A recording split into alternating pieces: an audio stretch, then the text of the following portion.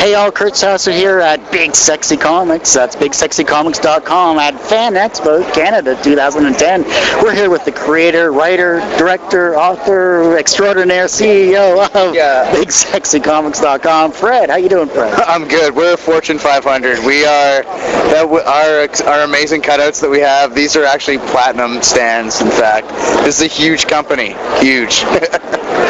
Didn't mean to budge up there, but it's still, you have some amazing story. We just talked to Adam. He was basically saying that you are truly a man of vision, a man that knows what stories he wants to talk about and put onto paper. And you know, you have a great team working with you here. Talk about Big Sexy Comics. Well, you're looking at it right here. The only person who's really not here right now is Tony Sklepek, who works in Edmonton. He was unable to make it, couldn't get the time off work. But yeah, the four of us just all working together, coming up with the ideas. And Teuton, I can't count the number of times that me and Adam watched Conan the Barbarian just to get that big opening raid scene on the town. Like we had this idea coming from that, and so yeah, it's working with these guys really makes it a lot easier though. So that's awesome. You know, this is a really great amount of work. I took a quick look through all of the art work that you have, and the story, the writing looks really impressive. But what else other than Teuton? I saw you had two other works of art here as well.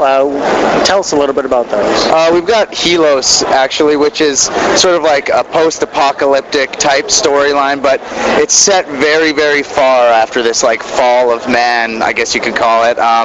We actually were inspired a lot by Saladin. I don't know if a lot of people know who Saladin was, but everybody seems to know who Richard the Lionheart is. Look that up. So Helos was really inspired by him. We've got Michael Gorbsmith, the only attractive Russian ever, which is another comic that is about Mikhail Gorbachev as a superhero battling for Uncle Sam in the 80s, and it's a touch offensive at times, I'm not going to lie. There are some times when you might find yourself offended by it, but it's very funny. It's all in good nature. Mikhail Gorbachev as a superhero. Yeah. That's amazing. That's great stuff. But, you know, I love what you're doing, but what else is happening with Big Sexy Comics besides Teuton, though? Pardon? Besides Teuton, what else is happening with Big Sexy Comics? Well, we've got another idea on the go right now. It's going to be a one-off.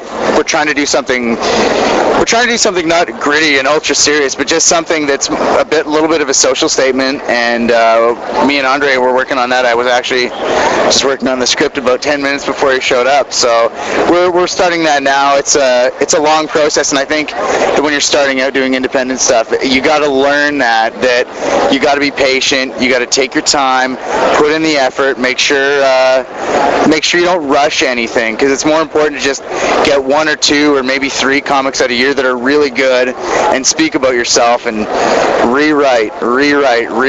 Go to guys in the industry, and when they say you should change this, don't get an ego about it and be like, well, I'm really smart. Just change it, because they're saying that for a reason, you know? Like, learn your craft, I guess. Not that I can speak, I'm not a professional or anything, but it's a lot of practice, so. You're not a professional with like 3 comics here, so I think that's professional in my opinion there, but whatever that counts as. But you know, when Fan Expo closes down, when this is all done, and you got a great aisle booth, by the way, this is like impressive. What are you personally going to take away from this experience, though? You know, there is a lot of independent talent in this building right now, and just going there and talking with all the other artists and stuff. And one thing that I've immediately picked up on is the idea of like a compilation book.